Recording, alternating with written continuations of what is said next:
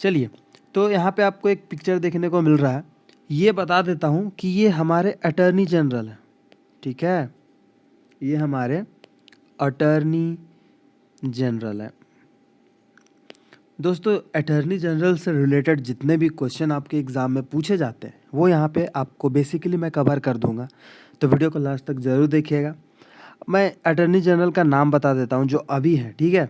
उनका नाम है के वेणु गोपाल, ठीक है। नोट करते रहिएगा, जितने भी चीज़ बोल रहा हूँ वो नोट करते रहिएगा। जो स्क्रीन में दिख रहा है वो आप नोट करिएगा ही करिएगा, लेकिन जितने बातें मैं बोल रहा हूँ वो आपके लिए इम्पोर्टेंट होता है, ठीक है। तो बस ये दो चीज़ यहाँ से आप याद रखिएगा कि अटर्नी जनरल हमारे अभी के वेणुगोपाल जी हैं, ठीक है।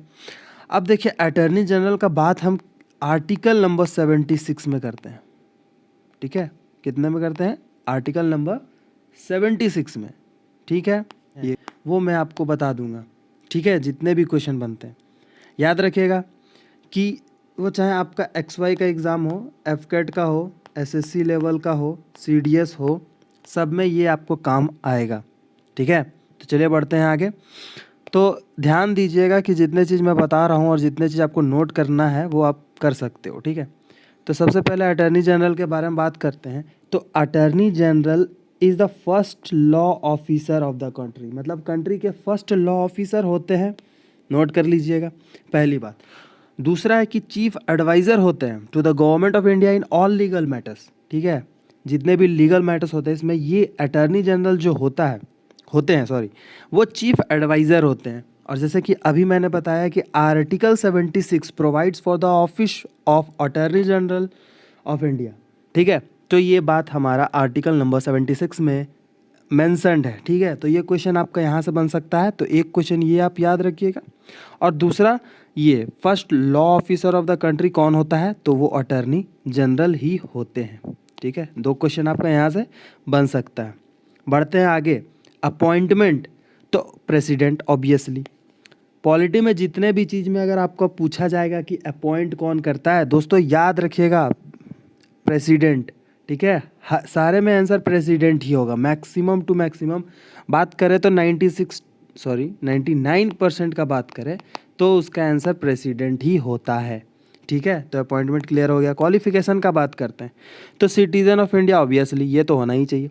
Qualified to be appointed as a जज ऑफ सुप्रीम कोर्ट, ठीक है। तो सुप्रीम कोर्ट के जज होने चाहिए।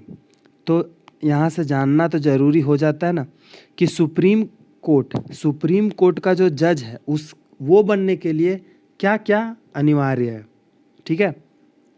तो उसके लिए हम बात करते हैं। तो देखिए, सुप्रीम कोर्ट, ठीक है, सुप्रीम कोर्ट के जज बनने के लिए क्या क्या होना चाहिए? सबसे फर्स्ट चीज़ होना चाहिए वो है आपको 5 इयर्स, ठीक है दोस्तों, कितना? कम से कम 5 साल हाई कोर्ट जज बनना पड़ेगा सुप्रीम कोर्ट के लिए। हाई कोर्ट, ठीक है, यहाँ हाई कोर्ट का जज बनना पड़ेगा, पहली बात याद रखिएगा।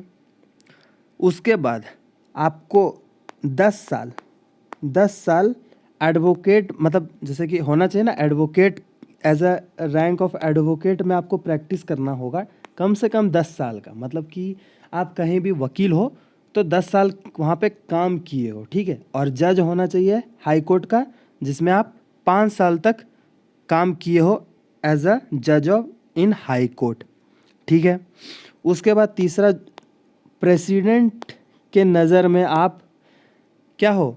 एमिनेंट हो। एमिनेंट का मतलब क्या होता है?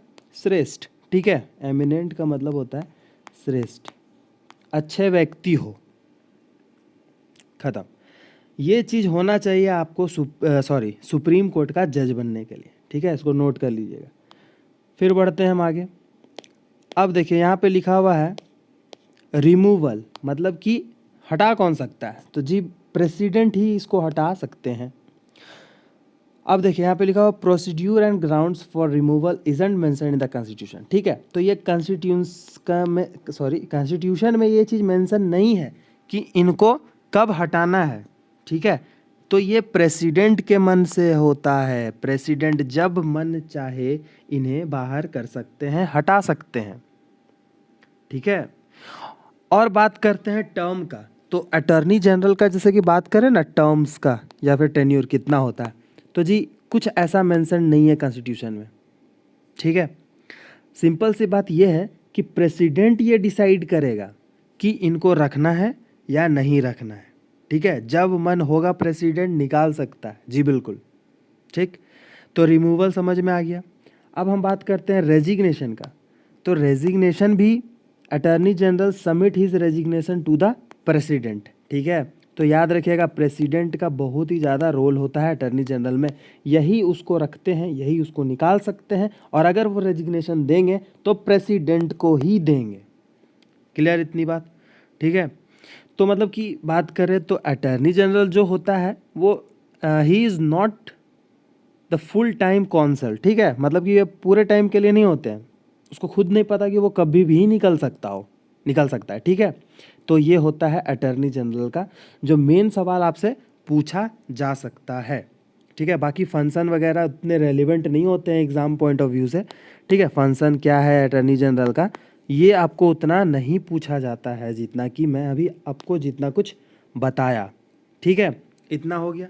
इसके बाद एक चीज़ और जानना आपका इम्पोर्टेंट हो जाता है, वो क्या है कि जो अटॉर्नी जनरल होते हैं, ठीक है, जो अटॉर्नी जनरल होते हैं वो ना मेंबर होते हैं लोकसभा का और ना राज्यसभा का, ठीक है। मतलब लोकसभा का भी मेंबर नहीं होता है और राज्यसभा का भी नहीं होता है, ठीक है। लेकिन he has the right to speak in any legal matters, मतलब कि वो बोल सकते हैं, अपने बात को वहाँ पर रख सकते हैं। सारे बातें आर्टिकल 76 में लिखा हुआ है, जी बिल्कुल, ठीक है। अटॉर्नी जनरल के बारे में लिखा तो ऑब्वियसली ये सब भी लिखा हुआ होगा। चलिए अब देखिए एक बात और कि सेंट्रल गवर्नमेंट, ठीक है, सेंट्रल गवर्नमेंट के परमानेंट वकील होता है ये, होते हैं वकील, परमानेंट वकील होते हैं कौन? अटॉर्नी जनरल, ठीक। अटॉर्नी जनरल लिख लीजिएगा, नोट करके इसको आप लिख सकते हो अपने नोट्स में। उसके बाद स्टेट गवर्नमेंट के जो परमानेंट वकील होते हैं उसको क्या बोलते हैं? ये तो सेंट्रल गवर्नमेंट का हो गया, ठीक है। स्टेट गवर्नमेंट का बात करें तो उसको हम लोग एडवोकेट जनरल कहते हैं, एडवोकेट जनरल कहते हैं, ठीक है। बस इतनी बात आपको याद रखना है। और एक क्वेश्चन आपसे यहाँ पूछ सकता है कि अटॉर्नी जनरल के बारे में हम बात कर लिए, आर्टिकल नंबर 76 में था, ठीक है। कितने में था? आर्टिकल नंबर 76 में। तो आर्टिकल नंबर 76 कौन से पार्ट में है? तो याद रखिएगा दोस्त, पार्ट नंबर 5 में, ठीक है। कितने में? पार्ट नंबर 5 में। तो पार्ट नंबर 1 का भी बात करते हैं, रिलेटेड आपको सब जानना जरूरी। पार्ट 1 में union and it's territory, union and it's territory, ठीक है। उसके बाद पार्ट 2 का बात करते हैं, पार्ट 2 में सिटीजनशिप, याद होगा आपको सिटीजनशिप। पार्ट 3 में बात करें तो फंडामेंटल राइट्स, ठीक है। पार्ट 4 का बात करें तो पार्ट 4 में आपको पता है डीपीएसपी, क्लियर। उसके बाद बात करते हैं पार्ट 5 का, तो वो आपका है अटॉर्नी जनरल का। अब यहाँ पे एक और होता है फंडामेंटल ड्यूटीज़,